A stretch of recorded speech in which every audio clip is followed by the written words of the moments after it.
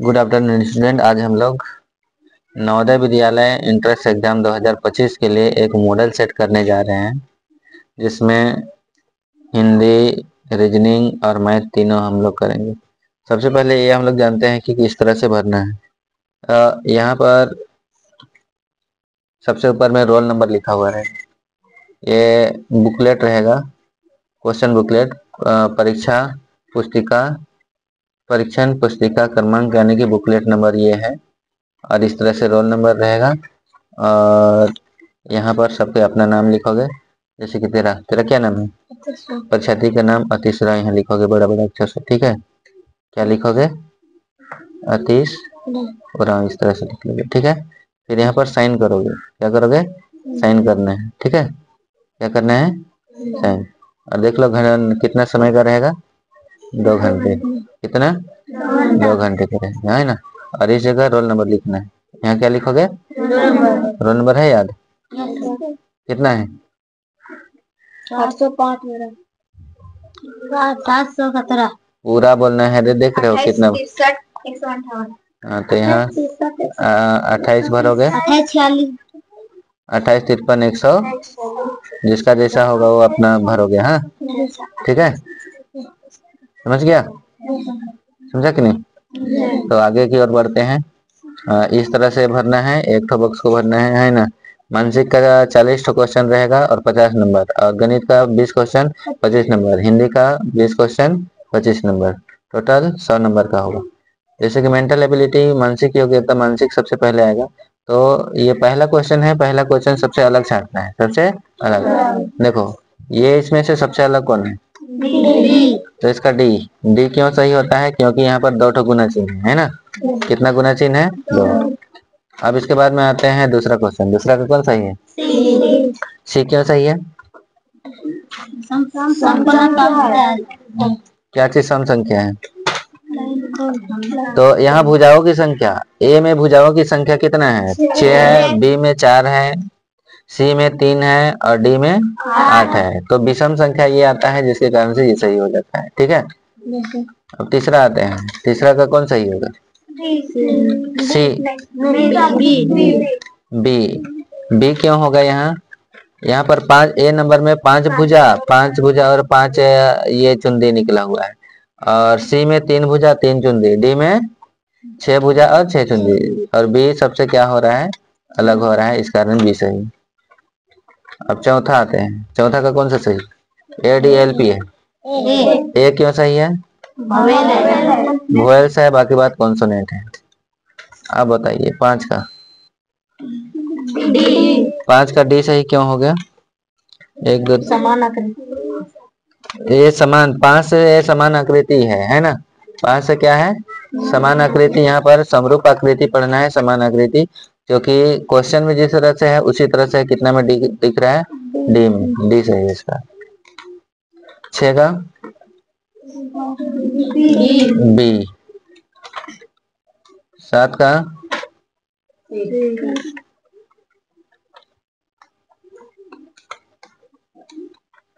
7 का कौन होगा? सी। 8 का 8 का डी। बिल्कुल समान आकृति खोजना है ना। 9 का 9 का कौन सा होगा? बी हो जाएगा कि डी होगा? डी होगा, ठीक है। अब इसमें क्या करना है, ये यहाँ से एक अलग प्रकार की क्वेश्चन आता है। लुप्त आकृति को पूरा करना है। पैटर्न का जो लुप्त आकृति है उसको क्या करना है? पूरा करना है। तो ए को डालते हैं, तो ए में कटा हुआ है, यहाँ पर बी में देखो ए में इस तरह से कटा हुआ है, जो कि नहीं होगा, और बी में भी नहीं हो रहा है, सी में भी नहीं हो रहा है। और ये हम लोग का आंसर किसके साथ जा रहा है? डी के साथ। किसके साथ? किसके साथ जा रहा है? डी सही हो गया, ठीक है। अब इस तरह से आते हैं 10 का। 10 का कौन सा होगा? डी। ए। इसका कौन सा आंसर सही होगा? ए बिल्कुल राइट आंसर, ठीक है। 11 का 11 का कौन सा सही होगा? 11 का देखो बी सही है। 12 का 12 का कौन सा सही, कौन सा सही? ए सही, 12 का ए सही। 13 एक लाइन, 2 लाइन इधर, एक लाइन इधर आ गया है, फिर 2 लाइन, 2 के बाद में 3 लाइन, तो 3 के बाद में 4 लाइन, कौन सा में आंसर सही होगा? बी। और यहाँ ऊपर है, ऊपर से ये एंटी क्लॉकवाइज घूम रहा है, मतलब घड़ी के उल्टे दिशा है। इधर से घूमा लेफ्ट साइड, फिर नीचे आ गया, तो अभी राइट साइड। राइट साइड कौन सा आंसर सही हो जाएगा? B number. 14 का। अब ये सीरीज वाला क्वेश्चन ये सब चल रहा है ना, कौन सा क्वेश्चन? सीरीज का क्वेश्चन। तो ये 14 का कौन सा आंसर होगा? बी। 1 2 3 भुजा है यहाँ पर, यहाँ पर 2 भुजा है, यहाँ पर 1 भुजा है, तो यहाँ पर एक भी भुजा नहीं, और सिर्फ क्या बचेगा? एक गोल बचेगा। ठीक है। 15 का। यहाँ पर एक वृत्त, एक त्रिभुज, एक वृत्त, फिर त्रिभुज, एक वृत्त, एक त्रिभुज, एक वृत्त, एक त्रिभुज, तभी वृत्त आएगा। कौन सा? सर एक लाइन एक, अरे एक वृत्त, एक वृत्त, एक त्रिभुज, एक लाइन, एक वृत्त, त्रिभुज, लाइन, वृत्त। तो अभी लाइन आएगा ना, तो कौन सा आंसर सही? सी। कौन सा? सी सही है। और बताओ 16 का। यहाँ पर एक भी, यहाँ पर एक वृत्त, 2 वृत्त, तो अभी कितना वृत्त? 3 वृत्त। कितना वृत्त? 3 वृत्त। बी में भी है, ए में भी है, लेकिन हम लोग का अगर फिगर के अकॉर्डिंग देखा जाए तो कौन सा सही हो गया? ए। कौन सा सही? ए बिल्कुल सही आंसर। अब अगला पार्ट आते हैं सहसंबंध पार्ट, है ना। तो यहाँ पर चित्र दिया है 17 में, यहाँ 17 का इसका से ये संबंध है, तो इसका से कैसा संबंध होगा? ठीक है। तो किसका जैसे संबंध होगा? डी की तरह। किससे संबंध बनेगा? डी से। कैसे? इधर जो काला भाग था, नीचे का भाग वो चल गया ऊपर, और ऊपर का कहाँ आ गया? नीचे। और ये वाला हो जाता है ऊपर वाला नीचे, ये कोना कोना चेंज हो रहा है। ठीक है। 18 का। 18 का कौन सा सही हो गया? सी। एक वृत्त था, एक त्रिभुज था, तो फिर 2 वृत्त 2 त्रिभुज हो गया। उसी तरह से एक षष्ठभुज है, एक पंचभुज है, तो 2 ठो षष्ठभुज होगा और 2 ठो पंचभुज होगा। तो ऊपर में पंचभुज और नीचे में षष्ठभुज। रुको, नीचे वाला चल गया ऊपर, ऊपर वाला आया नीचे, नीचे वाला चल गया ऊपर, ऊपर वाला आया नीचे। ठीक है। तो कौन सा सही? सी। 19 षष्ठभुज है, फिर इसका 3 भाग रंगा हुआ है, तो ये 3 3 6 अष्टभुज है, तो इसका 4 भाग रंगा होना चाहिए। C number. कौन सा? सी नंबर। 20 का। इसका संबंध इसका से आ गया, यानी कि जो काला था वो सफेद हो गया, सफेद काला, तो इसका सफेद वाला काला, और ये सही आंसर चल जाता है किसका? डी के साथ। अब अगला पार्ट आता है आकृति पूर्ण करना, पूर्ण वर्ग वाला, है ना।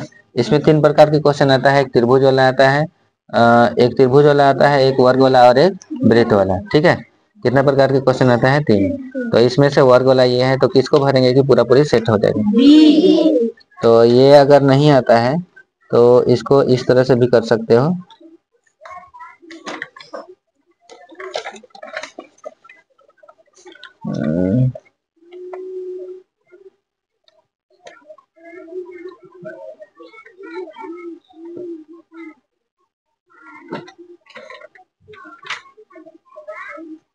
एक मिनट रुको, एक मिनट यार।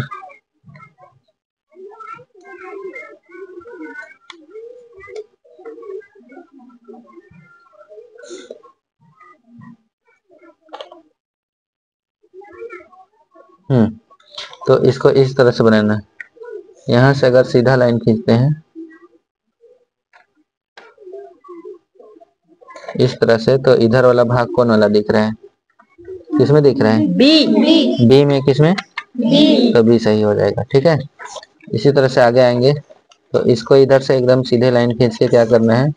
मिला देना है। तो इसी का जैसा सेम टू सेम कौन दिख रहा है? तो इसका सी सही। 23 आते हैं, 23 में वृत्त है, पूरा गोल घुमा देंगे तो कौन आ जाता है? ए इसका सही। कौन सा सही? ए सही। 24 का कौन सा सही? 24 का बी सही। अब 25 में आते हैं तो दर्पण पाठ है। दर्पण में क्या करना है? अपने हाथ को पलटना है, यानी कि किस तरह से कॉपी पलटने की तरह से। कैसा? कॉपी को जिस तरह से पलटा जाता है उस तरह से पलट देना है। तो यहाँ 7 है, 7 को पलटेंगे तो बिल्कुल किसके साथ आंसर जा रहा है? ए के साथ। 26 में 6 है, 6 का कैसा हो जाएगा? कौन सा ऑप्शन? डी ऑप्शन है। 27 आते हैं, 27 का कौन सा आंसर? बी चला गया उधर, एस हो गया उल्टा, यानी कि सी आंसर सही। 28 का कौन सा आंसर सही? 28 का क्या हो जाएगा? बी आंसर सही हो जाएगा। बिल्कुल सही आंसर दिया हमने, बी सही। अब 29 से ये अगला पार्ट आ जाता है। तो ये पेपर कट पार्ट है, कागज के टुकड़े। इसको कागज खोलने वाला बोल सकते हो, पेपर कटिंग, ठीक है ना। तो यहाँ पर पेपर कटिंग में देखो, यहाँ बीच में छोटा है, तो इसको इधर पहले खोलना है। इधर जिधर से तीर चिन्ह गया है उधर खोलोगे, फिर इसको इधर खोलोगे बाद में, ठीक है। तो इस तरह से बनाना होता है ना। तो यहाँ पर जो पेपर खोलने वाला बात हो गया, उसमें एक सर्कल है। अगर इसको इधर खोलेंगे तो इधर भी एक सर्कल बन जाएगा, फिर इधर खोलेंगे तो 2 सर्कल इधर आ जाएगा, एक यहाँ आएगा और एक यहाँ आएगा। आएगा कि नहीं? इस तरह से सर्कल आ जाता है। तो ईसा किस आकृति में दिख रहा है? तो ये सही हो गया, ठीक है। इसी तरह से इसको खोलेंगे, केवल ये वाला पॉइंट मिलाना है, ये पॉइंट यहाँ पर जो ये कटा हुआ पॉइंट, इसको केवल मिलाओ। तो ये वाला पॉइंट किसमें मिल रहा है? किसमें? बी में देखो दिख रहा है, बी और अरे यार बी और सी तो दोनों लगभग नहीं नहीं नहीं, बी इसका सही आंसर, ठीक है। कौन सा आंसर सही? बी। अब आगे आते हैं, ये 31 में यहाँ कटा हुआ भाग कौन दिख रहा है? सी में दिख रहा है, इसमें अलग है, तो सी इसका राइट आंसर। कौन सा? सी। अब आगे आते हैं 32 का कौन सा? ये कटा हुआ दिख रहा है, 3 सर्कल होगा, 3 सर्कल इस तरह से किस में दिख रहा है? बी में। इसमें बी में, तो इसका राइट आंसर क्या हो जाएगा? 32 का बी। अब हम लोग 33 से देखेंगे अलग क्वेश्चन। 33 से ये टुकड़ा, कागज के टुकड़ा है, इसको क्या करना है? मिला के सामान बनाना है। तो ये कागज के टुकड़ा दिख रहा है, इसको मिलाएंगे तो कौन सी आकृति बनेगा? ए बनेगा, बी बनेगा, सी बनेगा, डी बनेगा? कौन सा बनेगा? कौन सा? बी बन जाता है, क्योंकि इसको गिनेंगे 1 2 3 4, ये वाला भाग जो यहाँ ये वाला भाग दिखा रहा है यहाँ सेट हो गया, फिर ये वाला भाग हो गया, ये वाला भाग ये ऊपर से सेट हो गया यहाँ, फिर ये त्रिभुज यहाँ आ गया, और ये समकोण त्रिभुज यहाँ आ गया, और ये वृत्त यहाँ आ गया। तो कौन सा सही? बी। इसी तरह से 34 का कौन सही हो गया? 34 का ए सही, बिल्कुल सही जवाब। 35 में डी डी डी 35 का डी सही। 36 का दो त्रिभुज दिख रहा है, यहाँ से कटा हुआ है, यहाँ से कटा हुआ है, यानी कि 36 का डी नंबर सही है। अब 37 से ये लास्ट पार्ट आ जाता है, जो कि छिपी हुई आकृति है। क्या है पार्ट का नाम? छिपी हुई आकृति। यहाँ पर लिखा हुआ है, देखिए, छिपी हुई आकृति या तो निहित आकृति, है ना। तो इसको जानते हैं, छिपी हुई आकृति या निहित आकृति को। तो इसमें आ जाते हैं ये 37 का फर्स्ट नंबर। 37 का कौन सा? 37 का फर्स्ट नंबर ये किसमें छिपा हुआ है? ये वाला देखिए, बी में छिपा हुआ है। किसमें? बी में छिपा हुआ है।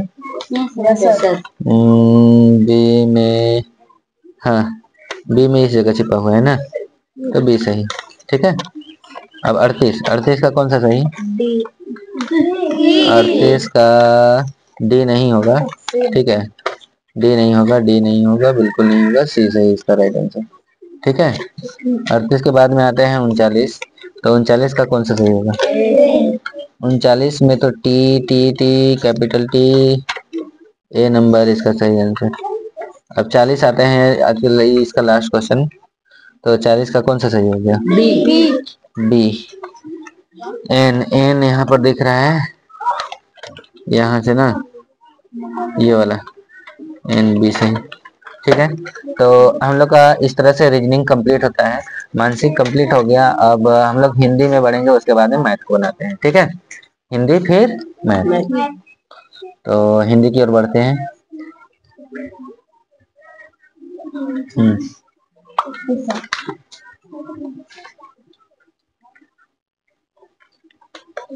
हिंदी में 4 अनुच्छेद दिया हुआ रहता है, उस अनुच्छेद से क्वेश्चन ही खोजना होता है और कुछ ग्रामर क्वेश्चन रहता है, ठीक है। जैसे कि पहले आपको अनुच्छेद नहीं पढ़ना है, पहले क्वेश्चन पढ़ लोगे, है ना, और उसके बाद में अनुच्छेद पढ़ोगे। युवाओं में पर्यावरण के प्रति फैसले के लिए कई कार्यक्रम चलाए जा रहे हैं। ए ऑप्शन सम्मान, बी जागरूकता, सी अवज्ञा और डी आदर। तो यहाँ से एक लाइन से खोजते जाएंगे। प्रकृति के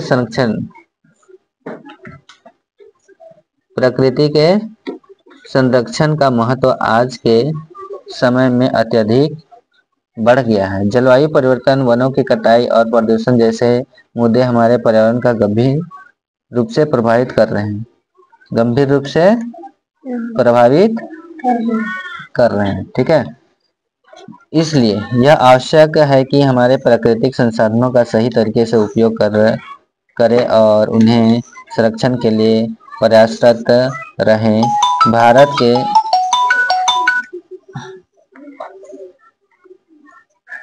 एक सेकेंड रुको यार,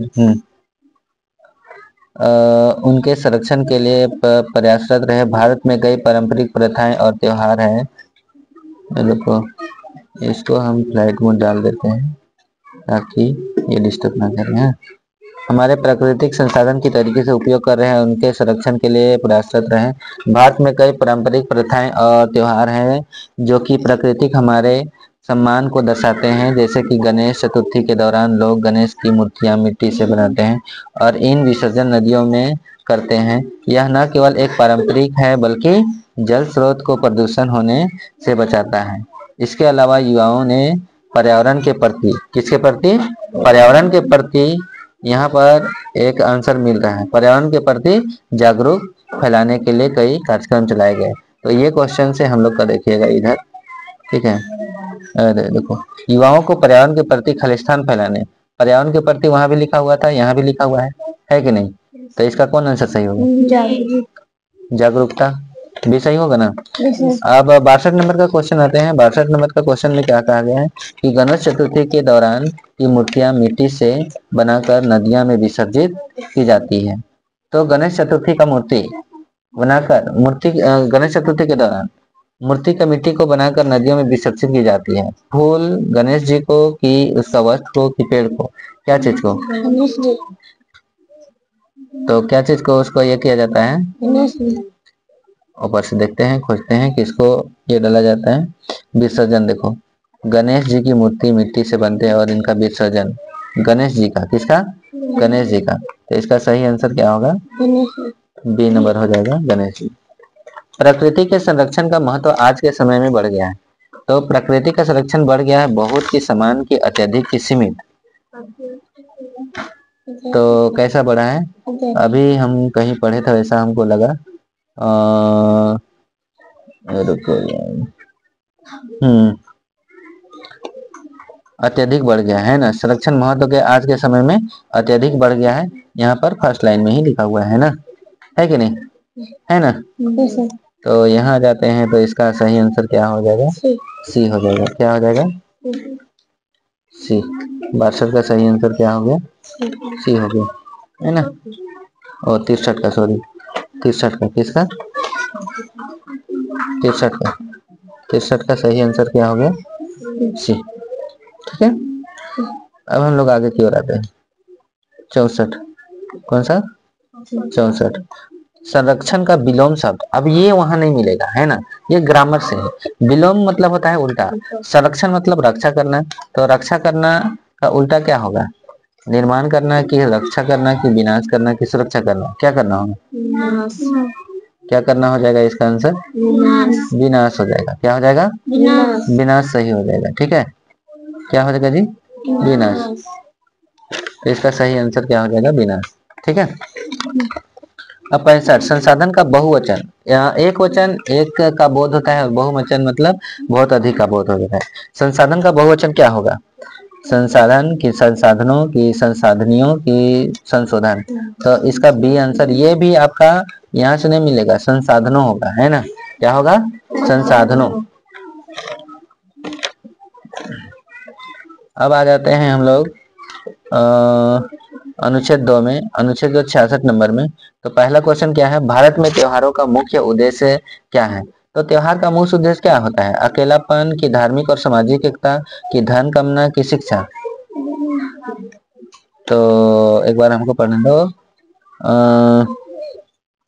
भारत एक ऐसा देश है जहाँ विभिन्न त्योहार को धूमधाम से मनाया जाता है।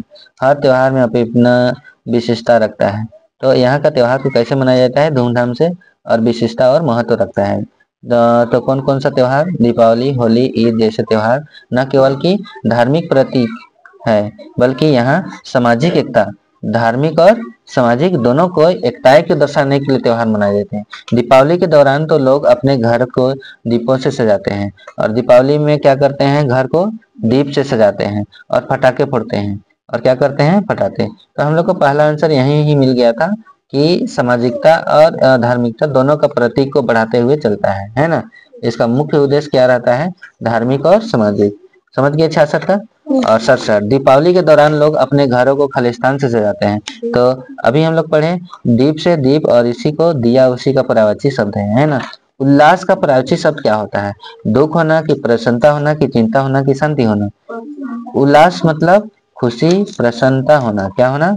प्रसन्नता होना। तो इसका बी आंसर सही हो गया। ठीक है।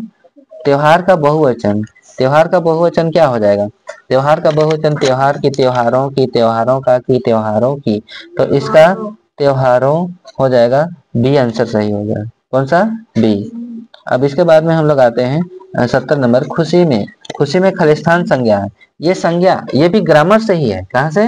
ग्रामर से। मतलब प्रत्येक अनुच्छेद में दो दो क्या रहेंगे? ग्रामर रहेंगे। दो दो क्या रहेंगे? ग्रामर। तो खुशी में कौन सा संज्ञा है? तो खुशी एक भाव को बताता है। क्या चीज को बताता है? भाव को। तो यहाँ भाववाचक संज्ञा होगी। कौन सा? खुशी भाववाचक संज्ञा है। ठीक है। तो इसका ए नंबर। कौन सा? ए नंबर। अपना वो भावना को बता रहा है ना जी, समझा कि नहीं? अब अनुच्छेद 3 आते हैं। कौन सा अनुच्छेद? 3। तो खेलों के माध्यम से कौन सा गुण विकसित होते हैं? आलस्य की कि नकारात्मक की कि टीम वर्क का, अनुशासन की, असफलता की? दूसरा क्वेश्चन है, खेलों से छात्रों में खालिस्तान की भावना पैदा होती है, मित्रता, प्रतिस्पर्धा, शांति की, उदासी? अब दो क्वेश्चन पढ़ के हम आ जाते हैं अनुच्छेद की ओर। ठीक है। खेल केवल मनोरंजन का साधन नहीं है। केवल इसमें मनोरंजन नहीं होता है बल्कि शारीरिक और मानसिक स्वास्थ्य के लिए अत्यंत लाभकारी होता है। किसके किसके लिए? शरीर के लिए और मन, शरीर के लिए और मन के लिए, मानसिक स्वास्थ्य के लिए बहुत ही लाभकारी होता है। खेलों के माध्यम से न केवल शारीरिक विकसित होता है बल्कि टीम वर्क, केवल ये शरीर विकसित ही नहीं होता है बल्कि इसमें क्या क्या और होता है? टीम वर्क और अनुशासन जैसे महत्वपूर्ण गुण का भी विकसित होता है। तो ये मोस्ट हो गया पॉइंट, है ना? क्रिकेट, फुटबॉल और बैडमिंटन जैसे खेलों में खिलाड़ियों को एक दूसरे के साथ मिलकर काम करते हैं और सामूहिक सफलता की ओर बढ़ते हैं। इसीलिए हम लोग ये मोस्ट पॉइंट है यहाँ पर। अभी हम लोग पढ़े थे पहला क्वेश्चन में, खेलों के माध्यम से कौन सी गुण विकसित होती है? तो कौन सा गुण विकसित होता है? टीम वर्क और अनुशासन का। कौन सा? टीम वर्क और अनुशासन का। दूसरा क्वेश्चन हम लोग क्या पढ़े थे? खेलों से छात्रों में खालिस्तान की भावना पैदा होती है। तो मित्रता का की, प्रतिस्पर्धा का की, शांति का की, उदासी का?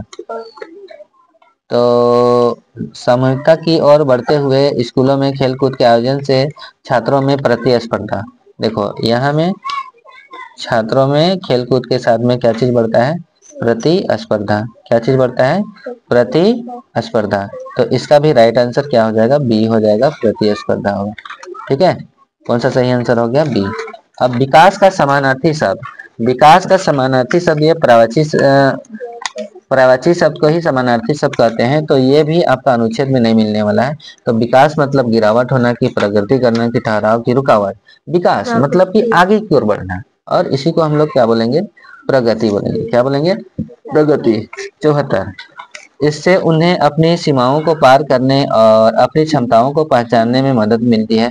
यहाँ उन्हें किसके लिए प्रयोग किया गया है, खेलों के लिए, कि विद्यालयों के लिए, कि छात्रों के लिए, कि प्रतिस्पर्धा के लिए, किसके लिए, किसके लिए यहाँ पर यह किया गया है उन्हें, इससे उन्हें अपनी सीमाओं पर पार करने के लिए अपने क्षमताओं को पहचानने में मदद मिलती है। नियमित खेल खेलने से तनाव भी कम होता है, मन की सकारात्मक बनी होती है। तो खेलों के लिए, विद्यालयों के लिए, छात्रों के लिए प्रतिस्पर्धा होना चाहिए, प्रतिस्पर्धा इसका डी। ठीक है। महत्व का विलोम शब्द, महत्व, महत्व मतलब बहुत ही महत्व का मूल्यवान होना चाहिए। इसका विलोम, विलोम मतलब उल्टा, तो महत्वहीन होगा, विशेषता होगा, मूल्य होगा, ध्यान होगा। विशेषता, विशेषता नहीं होना चाहिए, महत्वहीन होना चाहिए। ए नंबर है ना, इसका क्या आंसर होगा, ए। क्या होगा, ए। ठीक है, कि विशेषता होगा, ए डाले होना, तो महत्वहीन होना चाहिए, विशेषता नहीं होना चाहिए। ठीक है। विशेषता मतलब कि होता है कि उसका कुछ खास चीज को बताना, और महत्व, महत्व मतलब वो बहुत ही इंपॉर्टेंट है, जरूरी है, और महत्वहीन मतलब उसका कोई वैल्यू नहीं है। ठीक है। अब हम लोग चौथा अनुच्छेद की ओर आते हैं। तो पहला को 76 नंबर पढ़ते हैं। आज के युग में पर्यावरण की सुरक्षा क्यों महत्वपूर्ण है। आज के युग में पर्यावरण सुरक्षा की क्यों महत्वपूर्ण है, क्योंकि यह समय की बर्बादी है, क्योंकि प्रदूषण मानव जीवन के लिए खतरा है, क्योंकि यह केवल एक विचार है, क्योंकि यह आर्थिक लाभ नहीं देता है। तो क्योंकि यह समय की बर्बादी है, प्रदूषण की मानव जीवन का खतरा है, क्योंकि यह केवल विचार है, कि क्योंकि यह आर्थिक लाभ नहीं देता है। क्या करता है जी, आज के युग में पर्यावरण की सुरक्षा। देखते हैं, आज के युग में पर्यावरण की सुरक्षा एक महत्वपूर्ण मुद्दा बन चुका है। बढ़ते हुए उद्योगों और शहरीकरण के कारण प्रदूषण के स्तर लगातार बढ़ रहा है, प्रदूषण के स्तर लगातार बढ़ रहा है। वायु, तो ये एक पॉइंट यहाँ पर आता है कि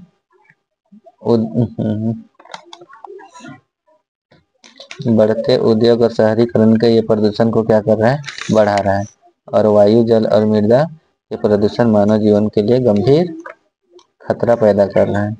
इसलिए हमें पर्यावरण की सुरक्षा के लिए कदम उठाना अति आवश्यक है। सरकार ने कई नीतियां कार्यक्रम के लिए किए हैं, जैसे कि वृक्षारोपण अभियान। तो क्या वृक्षारोपण अभियान, कौन सा, वृक्षारोपण अभियान किए हैं, और प्लास्टिक प्रतिबंध किए हैं। हमें अपने चारों ओर की प्राकृतिक सुंदरता को बनाए रखने के लिए सजग रहना चाहिए। हम लोग सभी को सुंदरता को बनाए रखने के लिए क्या रहना चाहिए, सजग रहना चाहिए। छोटे छोटे कदम, छोटे छोटे कदम जैसे कि कचरा ना फेंकना और पुनर्चक्रण पर्यावरण को बचाने में मदद कर सकते हैं। हम लोग का भी अपना एक भूमिका निभाना चाहिए। ठीक है। आज के युग में पर्यावरण की सुरक्षा क्यों महत्वपूर्ण है, क्योंकि यह समय की बर्बादी है, ये गलत हो गया। क्योंकि प्रदूषण मानव जीवन के लिए खतरा है, प्रदूषण, हाँ ये तो सही लग रहा है, आगे पढ़ के देखते हैं, रुको। क्योंकि यह केवल, केवल वाला तो ऑप्शन ही नहीं होना चाहिए, क्योंकि यह केवल विचार है, क्योंकि यह आर्थिक लाभ नहीं देता है। तो इसका सही आंसर क्या हो जाएगा, बी होगा। क्या होगा, बी। ठीक है, इसका सही आंसर क्या हो जाएगा, बी होगा। ठीक, समझ में है ना। अब हम लोग आगे बढ़ते हैं। हमें अपने चारों ओर की प्राकृतिक खालिस्तान को बनाए रखने के लिए सजग रहना चाहिए। सुंदरता को, की समस्या को, की कठिनाई को, की बाधा को। अभी हम लोग पढ़े थे यहाँ पर सुंदरता, याद है कि नहीं, तो ए नंबर इसका सही। ठीक है, यहाँ पर पढ़े थे सुंदरता, अभी कहाँ पर पढ़े सुंदरता, यहाँ पर सुंदरता को बनाए रखने के लिए अब हम लोग को सजग रहना चाहिए। ठीक है। अब 78 में आते हैं। अनुच्छेद में किस चीज के प्रतिबंध करने की बात कही गई है, किस चीज का प्रदूषण प्रतिबंध करने की बात की है, प्रदूषण का, कि वृक्षारोपण का, कि प्लास्टिक का, कि पुनर्चक्रण। अरे यार, वृक्षारोपण को प्रतिबंध करोगे तो वृक्षारोपण को तो बढ़ावा ना दिया है यहाँ, प्लास्टिक होना चाहिए। इसको, प्लास्टिक को यूज नहीं करना चाहिए। सी, 78 का सी नंबर सही आंसर होगा। प्रदूषण का पर्यायवाची शब्द, प्रदूषण का पर्यायवाची शब्द क्या हो गए, प्रदूषण को और किस नाम से जानते हैं? साफ की गंदगी, की स्वच्छता, की स्वास्थ्य? गंदगी। गंदगी कहाँ से होगा जी? गंदगी कैसे होगा? सोच समझ के डालो यार। प्रदूषण का पर्यायवाची, प्रदूषण को और किस नाम से जानेंगे? साफ से।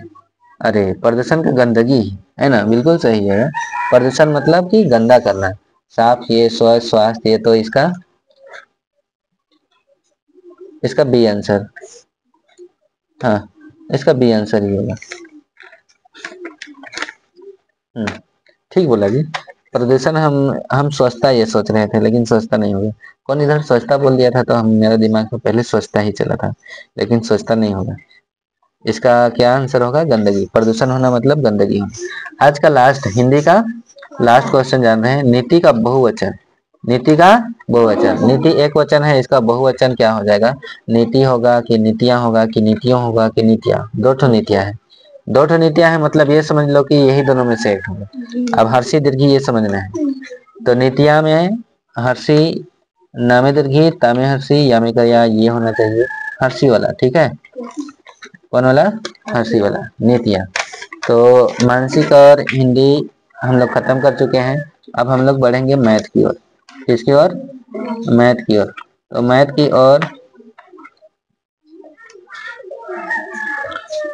की ओर बढ़ने से पहले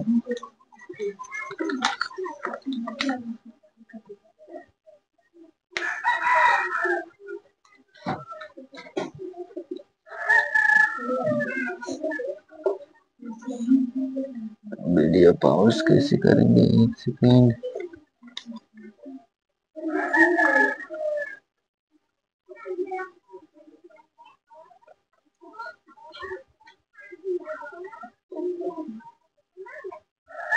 कितना कितना सही हुआ तुम लोग का? 39, 17।